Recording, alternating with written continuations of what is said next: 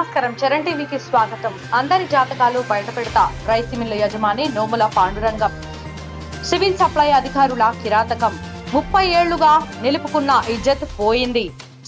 Seizing order ఇవ్వకుండానే మిల్లుకు తాళం వేసిండ్రు. మెదక్ సివిల్ సప్లై అధికారుల వైఖరిపై మండిపడ్డ మెదక్ జిల్లా నర్సాపూర్ మండలం పెద్ద చింతకుంట శ్రీ మహాలక్ష్మి పిన్ని రైస్ మిల్లు యజమాని నోముల పాండురంగం ఆవేదన ఇది. సివిల్ సప్లై ఆఫీసర్ల అవగాహన రాహిత్యం కారణంగా తనపై క్రిమినల్ కేసు పెట్టి పరువు ప్రతిష్టలు తీసిండ్రు. సివిల్ సప్లై అధికారికి సైతం ఫోన్ పే ద్వారా డబ్బులు ఇచ్చానని, ఇంకా డబ్బులు డిమాండ్ చేయడంతో సర్దుబాటు చేసేలోపు కేసులు పెట్టారని ఆరోపించారు. నాపై కక్ష సాధింపుకు పాల్పడిన అధికారుల, మిల్లుల యజమానుల అందరి జాతకాలు బజారుకు ఈడుస్తానని నోముల పాండురంగం శపథం చేశారు.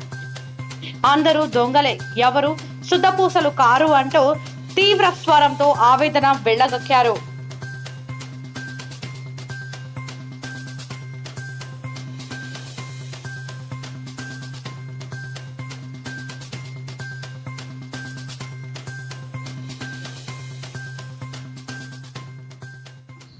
నాకు రైస్ మిల్ కేసు చేసేటప్పుడు, నా మీద క్రిమినల్ కేసు చేసేటప్పుడు కానీ నాకు ఎలాంటి పంచనామా కానీ ఎలాంటి కాపీలు కానీ ఏమి ఇవ్వలేదు.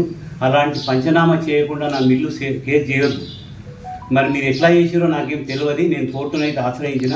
రెండో విషయం, ఒక ముఖ్యమైన విషయం ఉంది. నా మిల్లుకు తాళం గేటు కేసారు. ఎప్పుడు వేసారు అంటే 7వ తేదీ 3 తాళం గేటు కేసారు. ఎప్పుడు వేసారు అంటే 7వ తేదీ 3 మార్చి నెలలో వేసారు. మరి మీరు ఎప్పుడైతే గేటుకు తాళం వేసారో సీజింగ్ ఆర్డర్ ఇవ్వకుండా అసలు ప్రపంచంలో ఎక్కడ జరగదు.